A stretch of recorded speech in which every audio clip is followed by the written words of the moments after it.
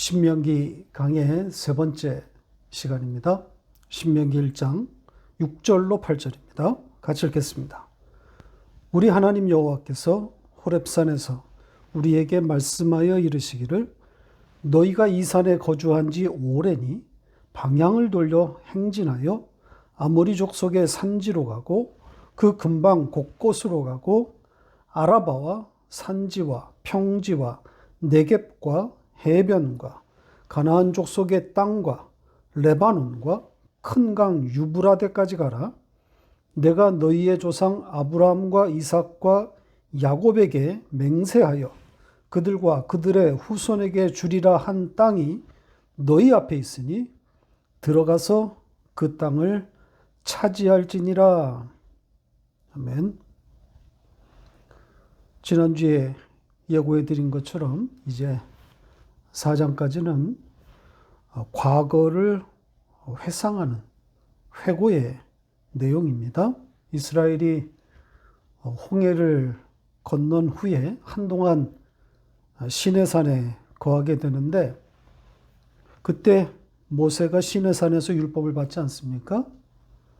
이제 그 이후에 일어난 일들에 대한 회고라고 보시면 됩니다. 이 회고의 내용은 4장까지 열거되어 있습니다.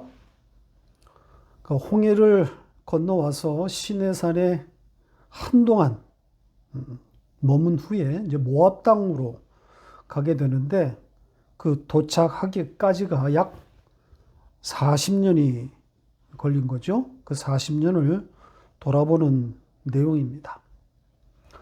그렇다고 해서 그 40년의 일이 모두 기록된 것은 아니고요. 민수기가 비교적 그 40년의 역사를 많이 기록했는데요. 그것과 비교해 보면 여기 신명기의 회고 내용은 극히 일부분입니다. 몇 가지 사건만 간추렸다고 해야 맞을 겁니다. 어떤 내용들인지 어떤 사건들인지 제목만 간추려 드리겠습니다. 보시죠. 보시는 것처럼 나라의 구성에 대한 이야기, 또 가나안 정탐꾼 이야기, 그리고 그 정탐 실패로 인해서 방황하는 이야기, 또 마지막 입성을 앞두고 아모리의 그 두 왕을 처단하는 이야기, 그리고 마지막 4장은 이제 모압 평지에서 모세가 설교하는 내용들입니다. 민수기에서 비중 있게 다룬 고라자손의 배반 사건이라든지 또 놋뱀 사건이라든지 발람 선지자 사건 이런 것들은 전혀 언급되지 않았습니다.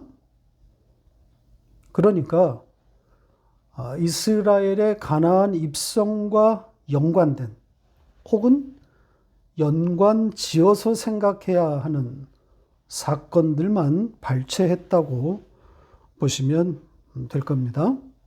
자, 그럼 오늘 우리가 함께 읽은 이제 본문의 이야기를 시작해 보도록 하겠습니다. 자, 첫 문장에 앞에 5단어를 원문의 순서대로 배열하면 이렇게 되어 있습니다. 하나님의 이름이 제일 먼저 등장하고 있죠. 말씀하셨다. 이게 가장 먼저 등장하는 그 일반적인 패턴과는 달리 여기서는 하나님의 이름이 제일 먼저 등장하고 있습니다. 여호와 우리 하나님 이렇게 시작되고 있는데 우리에게 그 하나님의 이름이라고 알려진 이 여호와 무슨 뜻입니까? 우리 성경은 스스로 있는 자 이렇게 번역했는데 문자대로 하면 나는 나다. 이게 나다. 이런 거죠. 그래서 이 여호와라고 하는 단어가 등장하면 그 문장에서 혹은 그 문맥에 하나님의 속성이 담겨 있다. 이렇게 봐야 하는 겁니다. 하나님이 어떤 분이신지에 대한 내용이 담겨 있다는 거죠. 그 여호와, 우리 하나님이 말씀하셨다. 자, 이 문장인데요. 지난주에도 설명드린 바와 같이 하나님이 우리에게, 당신의 백성들에게 말씀하셨다. 어떻게 읽어야 된다 그랬습니까? 십자가와 예수 그리스도인 거죠. 하나님이 영적으로 죽은 인간에게 하실 말씀은 살아나는 길, 살 길, 그 이야기뿐이란 말이죠. 그러니까 어떻게 살아날 수 있는가? 어떻게 살아났는가? 그 이야기뿐입니다. 그러니까 하나님이 당신의 아들 예수를 죽여서 당신의 백성을 살려낸 그 러브 스토리를 말하려는 겁니다. 그러니까 그걸 이제 이스라엘의 여러 정황과 또 사건들을 통해서 알려주시고 가르쳐 주시려는 겁니다. 성경에 다른 이야기는 없어요.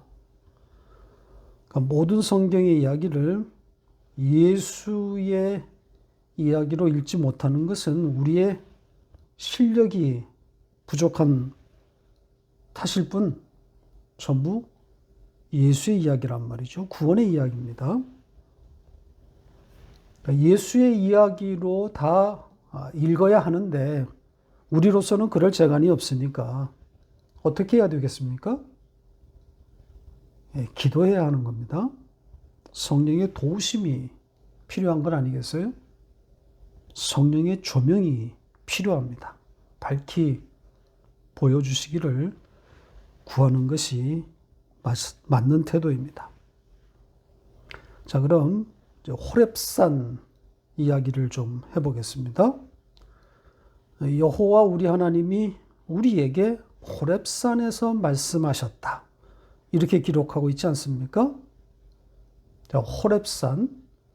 이 호렙산은 문맥으로 볼 때에 시내산의 다른 이름임에 틀림없습니다.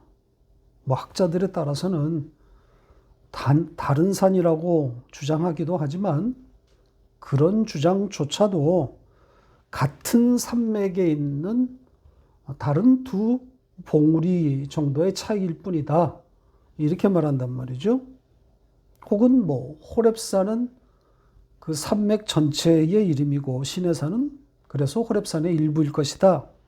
이렇게 추측하기도 합니다. 그러나 고고학적인 증거는 갖고 있지 못합니다. 이 두 산의 호칭이 신명기에서는 혼용되어 있는데 또 다른 성경에서는 확연히 구분되어서 사용되기도 합니다. 예를 들어서 레위기나 민수기에는 호렙산이라는 명칭이 아예 등장하지 않습니다. 전부 시내산으로 되어 있습니다. 또 신약에서도 호렙산, 호렙이라고 하는 단어는 찾아볼 수 없습니다. 전부 시내산으로 인용되어 있습니다. 반면 출애굽기를 보면 시내산과 호렙산이 여기 신명기에서처럼 혼용되어 있습니다. 그런데 비율로 보면 또 시내산이 훨씬 많이 사용되었고요. 신명기는 또 그 반대입니다.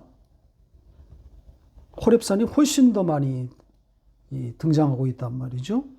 이렇게 일정한 법칙 없이 두 명칭이 혼용되어 있기 때문에 그 이름에 따른 의미의 차이를 구분해내기는, 찾아내기는 어려울 것 같습니다.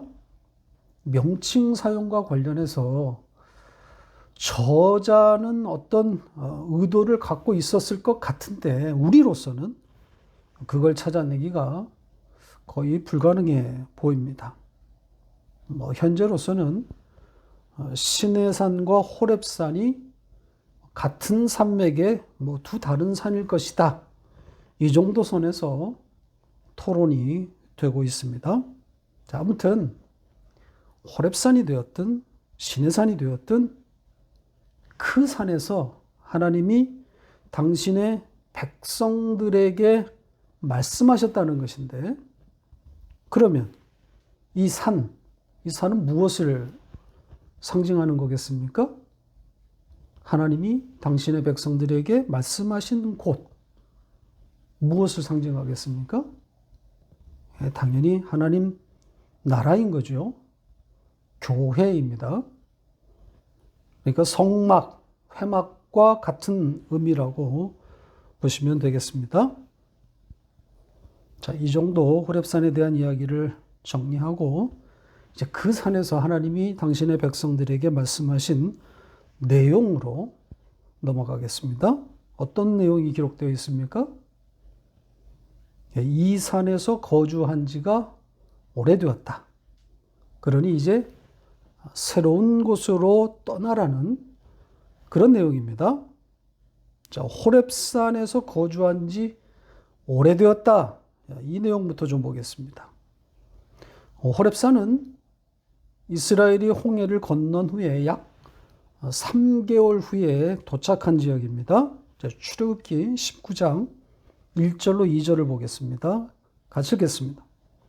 이스라엘 자손이 애굽 땅을 떠난 지 3개월이 되는 날 그들이 시내 광야에 이르니라. 그들이 르비딤을 떠나 시내 광야에 이르러 그 광야에 장막을 치되 이스라엘이 거기 산 앞에 장막을 치니라. 자, 이 말씀은 모세가 시내산에 올라가서 하나님으로부터 율법을 바로 받기 직전의 내용입니다. 애굽 땅을 떠난 지 3개월이 되던 날에 그 광야, 시내 광야, 그 산 아래에 그들이 장막을 쳤다 그러죠. 이렇게 시내산에 도착해서 그들이 그곳에서 거의 1년 가까이를 머물게 됩니다. 이때 이제 시내산 계약이 선포되는 거죠. 율법이 선포되고 회막이 세워지는 겁니다. 자, 한편으로는 이 아론의 금소, 그 우상숭배 사건이 일어나기도 합니다. 이 일로 인해서 이스라엘 백성 3,000명이 레위인에 의해서 도륙되고 중보자 모세의 간곡한 호소로 말미암아 이스라엘이 진멸을 면하게 되기도 하는 거죠. 이런 파란만장한 시간을 이 시내산, 호렙산에서 보내게 되는 겁니다. 그리고 1년 후에, 약 1년 후에 이곳을 떠나게 되는데, 그 민수기 10장에 보면 그 호렙산을 떠나는 장면이 이렇게 기록되어 있습니다. 보시죠. 10장 11절 12절 같이 읽겠습니다. 둘째 해, 둘째 달 20날에 구름이 증거의 성막에서 떠오르매 이스라엘 자손이 시내 광야에서 출발하여 자기 길을 가더니 바란 광야에 구름이 머무니라. 제2년 2월 20일에 시내산을 떠났다 그러죠. 조금 전에 본 출애굽기의 그 3개월이라고 하는 날짜와 연결지어 보면 거의 1년 가까이를 시내산에 머무른 것을 알 수 있습니다. 바로 이 1년의 기간을 오늘 본문 6절이 이 산에 거주한 지 오래되었다, 이렇게 표현한 것으로 보입니다. 그리고 나서 이제 하나님이 이스라엘에게 다시 행진을 명하는 거죠. 자, 이때 이 행진의 방향과 최종 목적지까지 제시하고 있습니다. 자, 지금부터는 여기에 등장하는 여러 지명들, 장소들에 대한 이야기를 해보도록 하겠습니다. 쉽지 않은 내용입니다. 방향을 돌려서 이제 이곳들로 가라는 명령인데 등장하는 지명들이 심상치가 않습니다. 우선 성경이 기록된 순서대로 그 장소들을 좀 정리해 보고 그리고 설명을 드리도록 하겠습니다. 첫 번째 행선지로는 아모리 족속의 산지가 등장합니다. 여기는 요단 동쪽 모압과 암몬 땅 사이에 위치한 곳입니다. 앞에서 우리가 봤듯이 아모리 왕 시온과 바산한 옥, 그들의 거주지인 바로 그 지역입니다. 그러니까 가나안이 바로 보이는 여리고 맞은편 요단 동쪽이라고 생각하면 됩니다.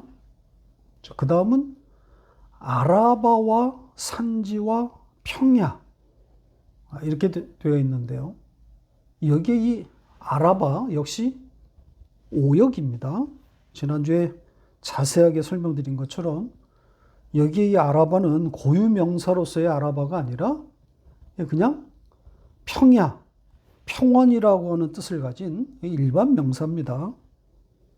그러니까 아모리 족속의 그 땅과 근접된 그 평야를 말한 것으로 보입니다. 다음으로 언급된 곳이 네겝입니다. 이 네겝은 아모리 족속의 땅보다 훨씬 아래쪽, 남쪽입니다.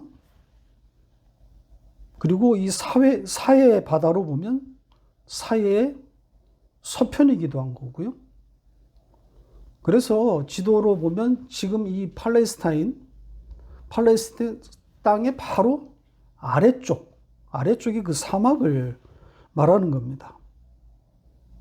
그러니까 방향이 완전히 다르고 또 아래쪽에 있는 곳입니다. 그리고 나서 해변이 등장합니다. 이 해변이 사해의 해변인지 아니면 서편 그 대해, 그 지중해지요. 서편에 있는 그 긴 해변을 말하고 있는 것인지 알 수 없습니다. 이따가 설명을 드리겠지만 지중해 그 대해 해변을 말한 것으로 보입니다. 그 다음 언급된 곳이 가나안 땅입니다. 이것은 아시는 대로 요단 서편에 실제로 이스라엘이 들어가서 정복한 바로 그 지역, 그 땅인 거죠. 그리고 마지막으로 언급된 곳이 레바논과 유브라데입니다. 레바논은 이스라엘의 이 가나안의 위쪽, 북쪽 땅을 말하는 것이고, 나아가 유브라데는 그거보다도 훨씬 더 북동쪽에 위치한 큰 땅, 큰 강이란 말이죠. 그러니까 구약의 그 아브라함이 살았던 아브라함의 고향 메소포타미아, 바로 거기를, 그 지역을 말하는 거란 말이죠. 지금 이 언급되어 있는 지명들의 위치를 대략 설명드렸는데요. 이 순서대로 이스라엘이 행진하지 않았습니다. 무엇보다도 유의할 점은 이스라엘이 실제로 밟지 않은 곳들이 등장하고 있다는 점입니다. 해변, 이게 서편의 대해 해변이라면 또 레바논, 나아가 유브라데, 다 그들이 밟지 못한 곳들 아니겠습니까? 그러니까 이런 지명들이 등장하는 것이 당혹스럽습니다. 갈 수도 없고 실제 가지도 않은 곳들인데 지금 가라고 명령하고 있지 않습니까? 유브라데에 살던 아브라함을 불러내서 가나안으로 보낸 것인데 다시 이스라엘더러 유브라데로 가라, 유브라데까지 가라 하니 당황스럽지 않겠습니까? 자, 이 유브라데에 대해서는 신명기 11장에 다시 언급됩니다. 볼까요? 11장 23절로 25절 같이 읽겠습니다. 여호와께서 그 모든 나라 백성을 너희 앞에서 다 쫓아내실 것이라. 너희가 너희보다 강대한 나라들을 차지할 것인즉 너희의 발바닥으로 밟는 것은 다 너희의 소유가 되리니 너희의 경계는 곧 광야에서부터 레바논까지와 유브라데 강에서부터 서해까지라. 너희의 하나님 여호와께서 너희에게 말씀하신 대로 너희가 밟는 모든 땅 사람들에게 너희를 두려워하고 무서워하게 하시리니 너희를 능히 당할 사람이 없으리라. 굉장한 내용들입니다. 근데 내용을 보면 오늘 본문과 거의 같지 않습니까? 광야와 레바논, 그리고 유브라데 강에서부터 서해까지 이렇게 말하고 있단 말이죠. 그러니까 하나님이 이스라엘에게 주겠다고 한 그 경계가 지금 이렇게 열거되어 있는 거란 말이죠. 언뜻 봐도 잘 납득되지 않는 내용들입니다. 여기에 있는 이 경계들의 그 지명들을 선으로 이어보면 어마어마한 크기입니다. 이스라엘이 언강샘신 꿈도 꾸지 못할 그런 땅들이란 말이죠.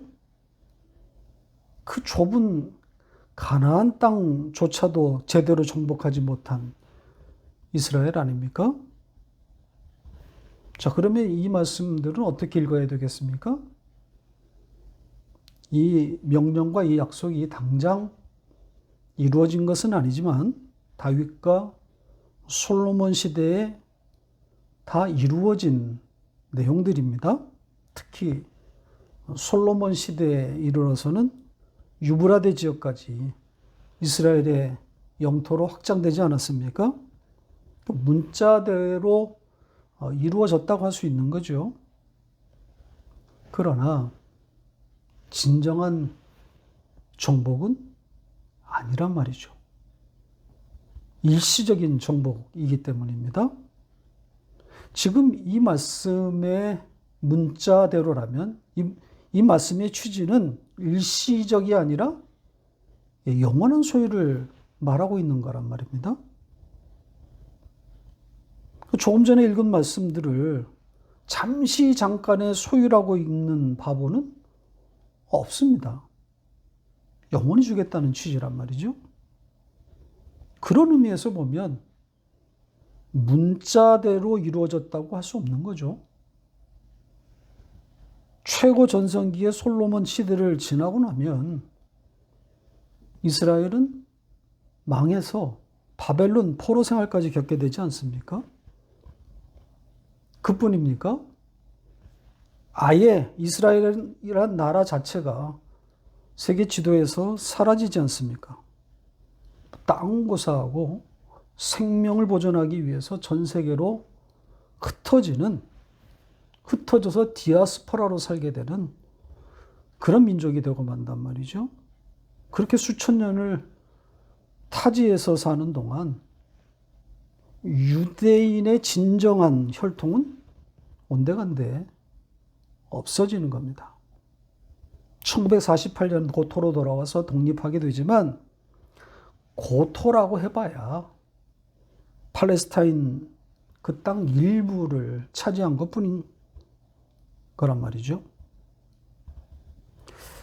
이 세대주의의 극단적인 문자 해석을 하는 사람들은 유대인들이 이 말씀에 의거해서 유브라데를 다시 차지하는 날이 올 것이다 라고 주장하는데 그걸 믿는 사람이 어디 있습니까? 지금의 요르단, 사우디아라비아, 이란, 이라크, 시리아, 레바논 이 나라들과 전쟁을 해서 몽땅 쓸어버려야 된다는 건데 그게 가당하기는 합니까? 설사 현재 이스라엘의 수상인 네타야후 같은 그런 시온주의자들이 중동 국가들과 전쟁을 벌여서 유브라데까지 다 차지한들 그게 얼마나 가겠냐고요. 그러니 문자로 읽을 내용이 아니란 말이죠. 신명기 11장을 강의할 때 보다 더 자세하게 설명할 기회가 있겠지만 성경에서 특히 구약에서 하나님이 이스라엘에게 약속하는 복, 이거 잘 이해해야 합니다. 땅의 소산, 또 땅의 정복, 장수와 건강, 이런 것들이 많이 언급되는데 그걸 문자대로 읽으면 안 되는 겁니다. 전부 하나님 나라, 교회라고 하는 그 하나님 나라, 천국의 현실을 설명하기 위한 그런 도구들이란 말이죠. 상징이고 알레고리란 말입니다. 하나님 나라, 교회가 무엇인지를 가르치려는 겁니다. 하나님의 나라를 약속하고 있는 거란 말이죠. 자, 그 정도 하고 8절로 넘어갑니다. 이 8절이 이 앞에 이 지명들, 7절의 이 지명들에 대한 해석의 힌트를 제공하고 있습니다. 8절을 다시 볼까요? 지금 아브라함과 이삭과 야곱에게 맹세하여 주리라 한 땅, 지금 이렇게 되어 있죠? 그 약속하신 땅을 차지할 것이다. 이렇게 말하고 있습니다. 따라서 아브라함이나 이삭, 그리고 야곱이 하나님이 그 약속하신 땅에 대해서 그것과 관련해서 어떻게 혹은 얼만큼 차지했는가를 추적해 보면 바른 해석이 나오지 않겠습니까? 자, 아브라함의 이야기를 좀 해보겠습니다. 창세기 12장에 아브라함이 처음 등장하는데 하나님이 갈대아 우르에 아브라함을 찾아오셨고 복을 약속하면서 새 땅으로 갈 것을 명하십니다. 이에 따라서 아브라함이 고향을 떠나서 이제 하나님이 이끄시는 대로 남쪽으로 향하게 되는 거죠. 그리고 성경이 기록한 첫 번째 마주하게 되는 땅이 바로 가나안입니다. 약속이 바로 그 땅인 거죠. 그런데 가나안에 도착한 아브라함이 세겜 땅에 있는 모래 상수리 나무 앞에 주저앉습니다. 자, 그 장면이 이렇게 기록되어 있습니다. 12장 5절 같이 읽겠습니다. 아브라함이 그 땅을 떠나 지나 세겜 땅 모래 상수리 나무에 이르니 그때에 가나안 사람이 그 땅에 거주하였더라. 세겜 땅 모래 상수리 나무. 이게 어떤 장소라고 그랬습니까? 이 모래는 선생, 제사장, 무당 이런 뜻이라고 그랬죠. 그리고 상수리 나무도 우상의 자리로 자주 등장하는 장소입니다. 그러니까 지금 아브라함이 우상 혹은 우상의 신전 앞에 있다는 거죠. 생각해 보세요. 아브라함이 갈대아 우르를 떠나서 수개월 혹은 수년을 행진해서 이제 가나안에 들어왔는데 아브라함이 우상 앞에 서 있는 겁니다. 무슨 일인 거죠? 아브라함이 하나님을 찾고 있는 겁니다. 혹시 이 신전에 하나님이 있지는 않을까? 이런 생각을 하게 되는 거죠. 지금 수개월 혹은 수년을 행진해서 그 가나안에 들어왔는데 자기가 그렸던, 자기가 기대한 그런 상황이 아니란 말이죠. 하나님이 자기에게 복을 주어서 이름을 창대하게 하고 큰 민족을 이루게 해주겠다고 했는데 그게 아니라는 것을 느끼고 있는 거란 말입니다. 그런데 그 하나님은 다시 나타나지도 않고 있고, 그러니 아브라함으로서는 그 하나님을 다시 한번 만나 확인하고 싶었을 겁니다. 자, 그렇게 흔들리고 있는데 가나안 족속의 우상 신전 앞에 그가 섰단 말입니다. 뭘 받겠어요? 그 가나안 부족들이 자기들의 신 앞에서 경배하는, 자기의 신을 찾는 그 예식, 의식들을 보지 않았겠습니까? 그러니 자기도 하나님을 찾아봐야 되겠다는 생각을 하게 되었을 거란 말이죠. 아니면 그 하나님을 버리고 이 가나안의 신으로 바꿔 탈까? 고민했을지도 모릅니다. 그렇게 흔들리고 있을 때 하나님이 다시 찾아오십니다. 그 두 번째 방문 이야기가 이렇게 기록되어 있습니다. 창세기 12장 7절로 10절 같이 읽겠습니다. 여호와께서 아브라함에게 나타나 이르시되 내가 이 땅을 네 자손에게 주리라 하신지라 자기에게 나타나신 여호와께 그가 그곳에서 제단을 쌓고 거기서 베델 동쪽 산으로 옮겨 장막을 치니 서쪽은 베델이요 동쪽은 아이라 그가 그곳에서 여호와께 제단을 쌓고 여호와의 이름을 부르더니 점점 남방으로 옮겨갔더라. 그 땅에 기근이 들었으므로 아브람이 애굽에 거류하려고 그리로 내려갔으니 이는 그 땅의 기근이 심하였음이라. 좀 이상한 내용입니다. 세겜에 아브라함을 하나님이 다시 찾아와서 약속을 재확인시켜 주었는데 그래서 그 약속을 확인받고 제단 쌓고 다음 목적지로 옮겨가는데 세겜은 그 약속의 땅이 아니었던 거죠. 그래서 베델로 옮기는데 아마 옮겼을 때는 그 땅이 또 약속의 땅이라고 생각하지 않았겠습니까? 그런데 그것도 아닙니다. 또 옮겨갑니다. 남방으로 또 옮겨갑니다. 그런데 거기에 또 기근이 듭니다. 그래서 애굽으로 내려가게 되는 거죠. 좀 이상하지 않습니까? 그 뒤로 이어지는 창세기의 그 기록들을 읽어보면 아브라함에게 더 파란만장한 일들이 펼쳐집니다. 땅을 차지하기는 고사하고 죽을 뻔한 일들의 연속입니다. 목숨을 부지하기 위해 아내를 팔아먹기도 합니다. 그런데 그런 위기 때마다 하나님은 다시 꼭 짠 하고 나타나서 아브라함을 건져낼 뿐 아니라 또 복을 약속한단 말이죠. 돈도 주시고 땅도 주시고 그리고 또 쫓겨나고 이런 패턴의 연속이란 말이죠.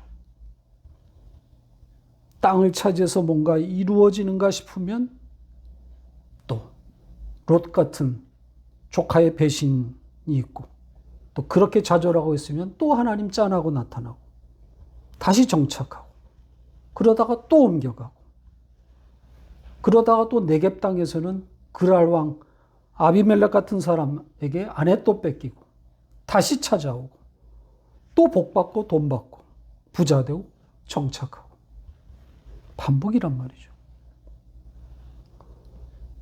도대체 한 곳에 정착이 되어야 안정이 되고 그리고 큰 나라를 이룰 수 있는 거 아닙니까? 떠돌이 신세가 되었는데 무슨 나라를 이루겠어요?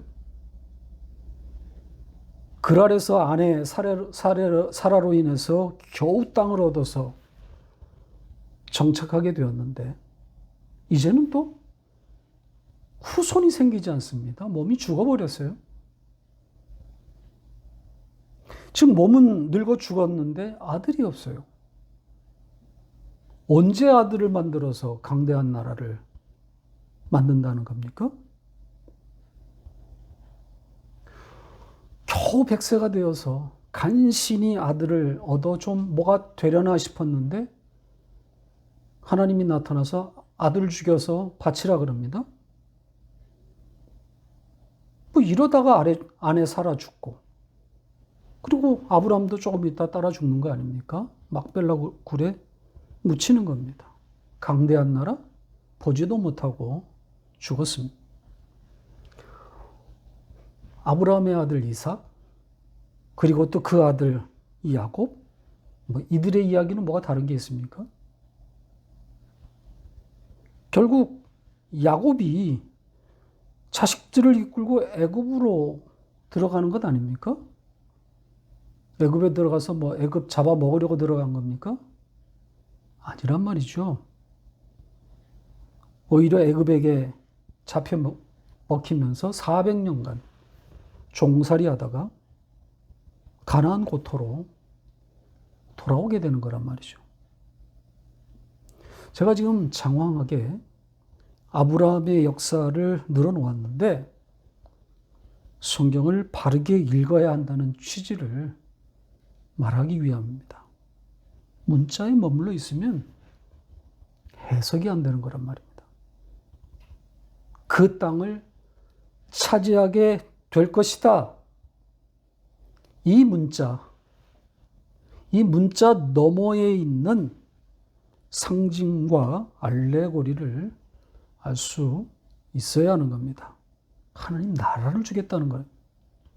교회를 세우겠다는 의미란 말이죠. 따라서 예수와 십자가 이야기 아니겠습니까? 교회, 하나님 나라가 예수 없이 가능합니까? 아들이 죽어야 땅을 차지하는 거란 말이죠. 십자가 이야기를 하고 있는 겁니다. 말씀을 맺겠습니다. 아직도 땅 타령을 하는 사람들이 많아요. 내 시작은 미약하였으나 내 나중은 심히 창대하리라. 이 구절 붙여놓고 장사하는 사람 많습니다. 목사들의 책임이 크다고 할 수 있습니다. 성경을 잘못 가르친 것 아닙니까? 하나님을 무당, 이 잡신의 수준으로 떨어뜨린 거란 말이죠. 하나님의 나라를 가르쳐야 합니다. 예수가 몰고 온 하나님 나라에 대해서 말해야 하는 거죠. 성경에 다른 이야기는 없어요. 지금 우리는 아모리 땅을 지나고 또 광야를 넘고 해변과 가나안 그리고 레바논과 유브라데를 향해서 행진하고 있는 중입니다. 하나님 나라를 그렇게 배워가고 있는 중이란 말이죠. 이 땅, 이 세상의 덧없음을 뼈저리게 경험하면서 그 완성의 나라로 한 걸음씩 전진하고 있는 겁니다. 혼자 이 길을 가지 않고 동무들과 함께 가는 것이 즐겁고 행복합니다. 함께 찬송하면서 그 완성의 지점을 바라보며 현재를 잘 이겨내도록 하십시다.